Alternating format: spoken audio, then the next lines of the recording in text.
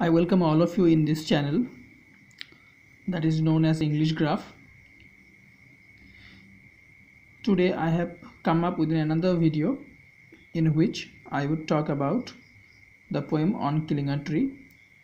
এই ভিডিওতে আমি মূলত অন কিলিং আ ট্রির উপরে একটা ইন্ট্রোডাকশন বেসড আলোচনা করব এবং কবি সম্পর্কে আমরা সংক্ষেপে জেনে নেব।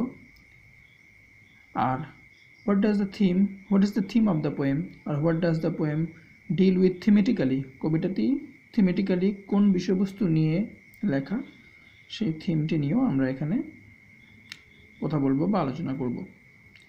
Anyways, so the name of the present poem is On Killing a Tree and it is composed by Gib Patel. কবিতাটির টাইটেল হলো On Killing a Tree এবং এটি লিখেছেন Gib Patel.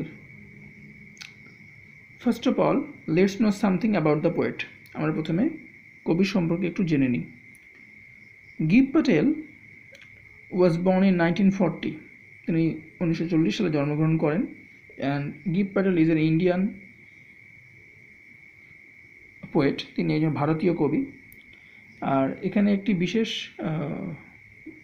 দিক রয়েছে কবির ক্ষেত্রে, সেটা হলো যে কবি প্রফেশনের দিক থেকে আসলে একজন ডাক্তার, কিন্তু তিনি একজন প্র্যাকটিসিং ফিজিশিয়ান হওয়ার পাশাপাশি একজন কবিও। তার মানে একজন মানুষ যিনি পেশার দিক থেকে একরকম, আবার প্যাশনের দিক থেকে আরেক রকম। তাহলে professionally Gib Patel is a physician or a doctor, but by passion he is a poet. Anyways, give প্যাটেলের লেখা এই কবিতাটি কি সম্পর্কে সেটা এবারে আমরা সংক্ষেপে জেনে নেব। আর তার পূর্বে আমরা একটু দৃষ্টিপাত করি টাইটেলটার দিকে। টাইটেলটি হলো অন কিলিং আ ট্রি।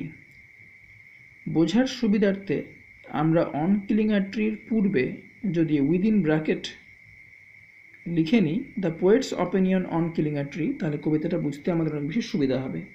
কারণ আপাত দৃষ্টিতে আমাদের মনে হতে পারে যে কি করে গাছ কাটতে হবে তার উপরে বেস করে বোধহয় কবি কবিতাটি লিখেছেন, কিন্তু আসলে তেমনটা না। এই পুরো কবিতাটি গাছ কাটা সম্পর্কে কবির কি মতামত, কবি এটাকে কেমন চোখে দেখছেন, কবির এই অপিনিয়নকে ঘিরেই হচ্ছে এই পুরো কবিতাটা। তাহলে for the sake of better understanding, ভালো করে বোঝার জন্য অন কিলিং আ ট্রির পূর্বে আমরা মনে মনে ধরে নিব the poet's opinion on killing a tree. আমি বারবার বলছি, it's for the sake of better understanding of the poem. কবিতাটি ভালো করে বোঝার জন্য আমরা এই অ্যাকচুয়াল টাইটেলটার পূর্বে ধরে নেব the poet's opinion on killing a tree. এভাবে এবারে কথা হচ্ছে এই কবিতাটি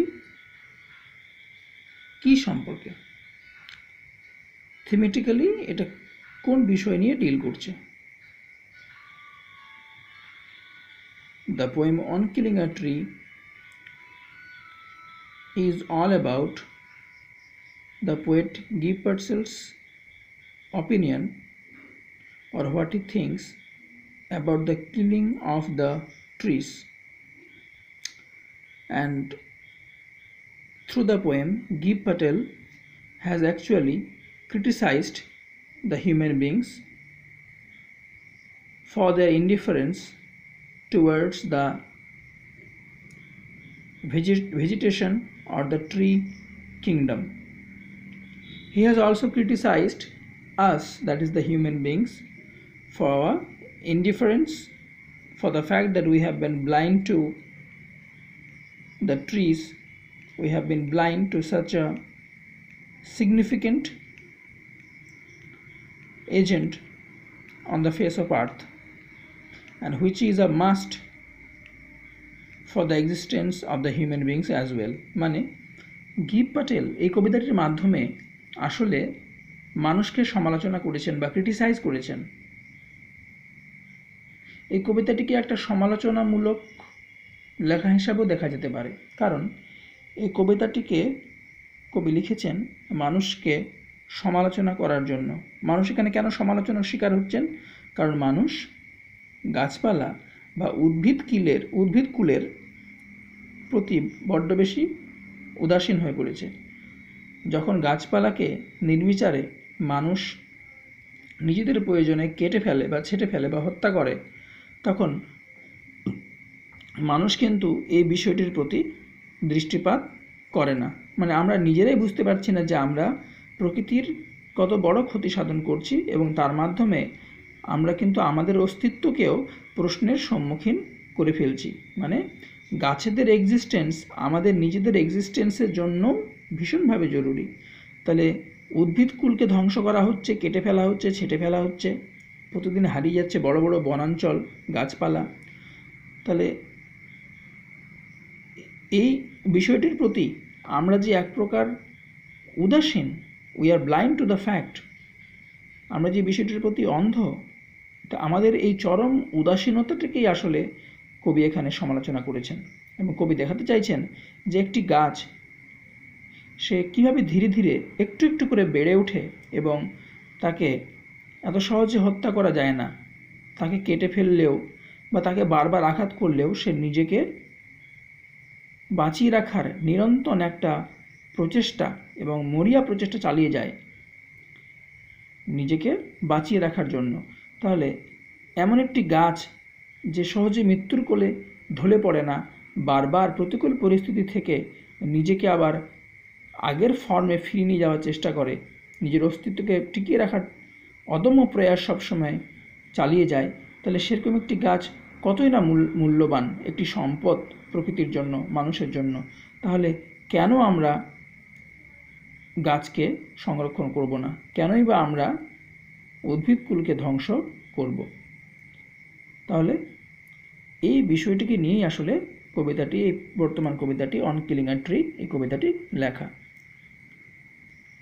এনিওয়েজ, আমরা সংক্ষেপে এটাও বলতে পারি, the poem on killing a tree is all about a trees continuous and deliberate attempt to revive itself,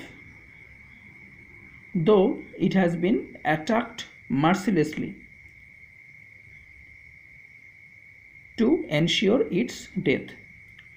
And we find that the tree is trying its best to revive itself, to ensure its existence. So, how important and significant a tree is, then we should obviously be active to preserve the trees and not to kill them at large or mercilessly. যাতে উদ্ভিদকুলের প্রতি আমাদের এই দৃষ্টিভঙ্গি বদলায়, সেজন্যই কিন্তু আসলে কবি এই কবিতাটি লিখেছেন। কবি কখনোই কি করে গাছ কাটবো সেটার কোনো পদ্ধতি এই কবিতায় দেখাননি, কিন্তু তিনি এই ব্যাখ্যাটি দিচ্ছেন একটা সেরিমোনিয়াল ওয়েতে। এবং এই কবিতাটির মধ্যে অবশ্যই আয়রনি লুকিয়ে রয়েছে। কবিতাটি যখন আমরা বিস্তারিতভাবে আলোচনা করব, সেখানে আমি এই আয়রনির বিষয়টি আরও ভালোভাবে তুলে ধরব, এবং লাইন বাই লাইন এক্সপ্লেনেশনস তোমরা সেখানে পাবে। সব রকমভাবে আমি তোমাদের কবিতাটি বোঝানোর চেষ্টা করব। তাই পরবর্তী ভিডিওসগুলো যেগুলো আমি আরও আনতে চলেছি, সেগুলো পাওয়ার জন্য তোমরা অবশ্যই এই চ্যানেলটাকে সাবস্ক্রাইব করো এবং বন্ধুদের সঙ্গে শেয়ার করো, so that maximum number of students may get benefited with these types of informative videos. Thank you so much.